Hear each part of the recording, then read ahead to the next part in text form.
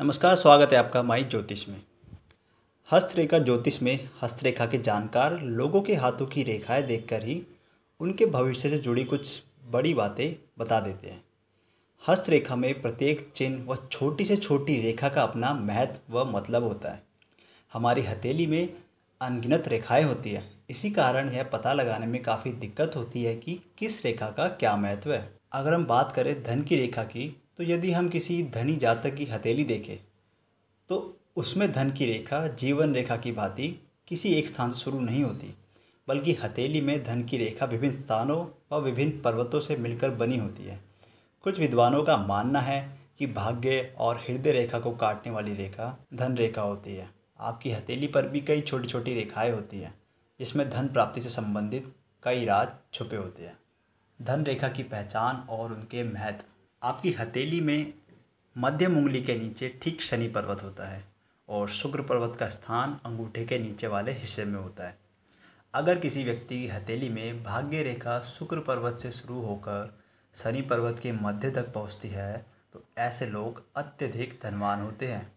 हस्तरेखा शास्त्र की माने तो व्यक्ति की हथेली में जीवन रेखा, मस्तिष्क रेखा और भाग्य रेखा तीनों आपस में मिलकर एम बनाती है, तो ऐसे व्यक्ति को बहुत धन लाभ होता है।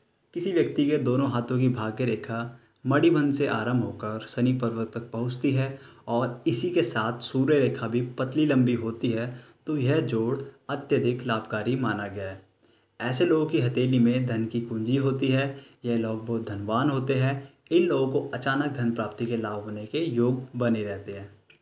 ऐसे ही यदि किसी व्यक्ति की हथेली में चंद्र रेखा और भाग्य रेखा दोनों आपस में मिलकर शनि पर्वत तक पहुंचती है तो ऐसे लोगों के जीवन में भी कभी धन की कमी नहीं होती है। किसी किसी की भाग्य रेखा स्पष्ट रूप से शनि पर्वत तक पहुंच रही होती है और इसी के साथ जीवन रेखा भी घुमावदार हो तो ऐसे लोगों के पास अपार धन होता है। अगर आपकी हथेली में भाग्य रेखा सूर्य रेखा से जाकर मिल रही होती है तो ऐसे लोगों के पास धन की कोई कमी नहीं होती है। कभी कभी किसी व्यक्ति की हथेली में मणिबंध से एक स्पष्ट रूप से निकल रही सीधी शनि पर्वत तक जाती है। ऐसे व्यक्तियों का भाग्य बहुत प्रबल होता है और उन पे माता लक्ष्मी की अपार कृपा रहती है। अगर कोई रेखा चंद्र पर्वत से निकलकर बुध पर्वत के क्षेत्र तक पहुंचती हो तो ऐसे लोगों को किसी यात्रा के दौरान अकस्मात धन की प्राप्ति होती है।